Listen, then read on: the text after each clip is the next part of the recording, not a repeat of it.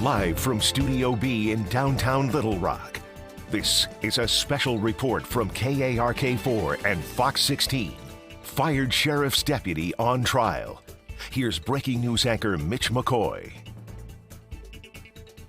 Hello and good day to you. Hard to believe it has been not even a year since 17-year-old Hunter Brittain was shot and killed by a now fired Lonoke County Sheriff's Sergeant during a traffic stop. That jury trial now officially underway in Cabot. We are going to bring you an update now on what is happening across the area. I want to go now to a live picture here. This is right at the Cabot Readiness Center. This is where the jury was selected just earlier this morning. Since 9 o'clock this morning, both the prosecutor and the defense have been picking their jury pool. We have just been told that the jury has been selected and opening statements are now officially underway there at the Cabot Readiness Center, where this is now a makeshift courtroom. We're told that 3 men, 9 women are on this jury. The ages range, they're all ages really, but 3 men, the rest are women, all ages, selected on this jury here that will ultimately decide whether, at the time, Sergeant Michael Davis was justified in shooting and killing 17-year-old Hunter Brittain. So there is going to be a lot to monitor here from the Cabot Readiness Center, where this jury selection just got underway, and we now have a jury. We know that opening statements are officially underway there in Lonoke County. Of course, Sergeant Michael Davis facing manslaughter charges. The special prosecutor, who actually is the prosecutor over in Pope County, was specially selected to handle this case and decide whether charges should be filed against Michael Davis. So we do know, obviously, those charges were filed, and we now have a jury that has been pulled through, and we now have a trial underway. Opening statements are underway. There has certainly been a lot to get to here this morning, and I want to get with some video that came in from our crew out there in Lonoke County. This is video that came in earlier this morning. This is going to be Sergeant Michael Davis, or former Sergeant Michael Davis, going into the makeshift courtroom there, the Cabot Readiness Center, and that is where this has been going on all day. Take a look at this video. This is Sergeant Michael Davis going into the Cabot Readiness Center, this makeshift courtroom. As you can see, Arkansas State Police troopers by his side as they escort him into the building. This obviously for security purposes, and you see there Sergeant Michael Davis being patted down, going through security procedures to get inside of this courtroom.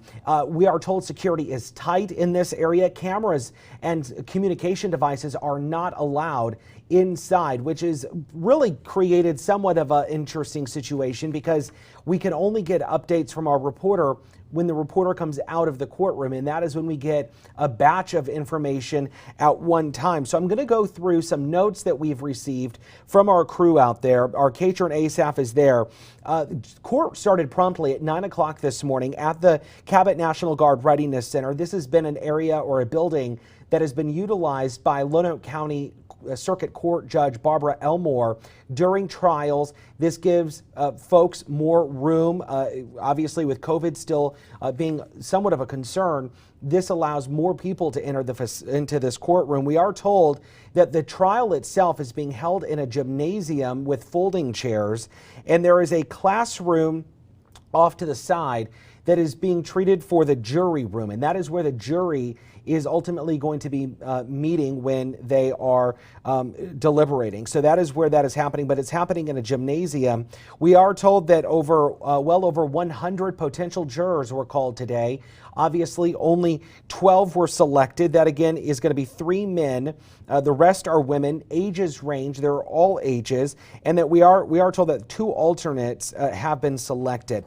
This has been somewhat of an interesting, or a battle to find people that could serve on this jury. We're told that one of the biggest issues with jury selection were the amount of people who said that they could not remain unbiased and the amount of people who knew other people who were already on the jury. So that, of course, has created somewhat of an interesting scenario for both the prosecutor and the defense to select their jury.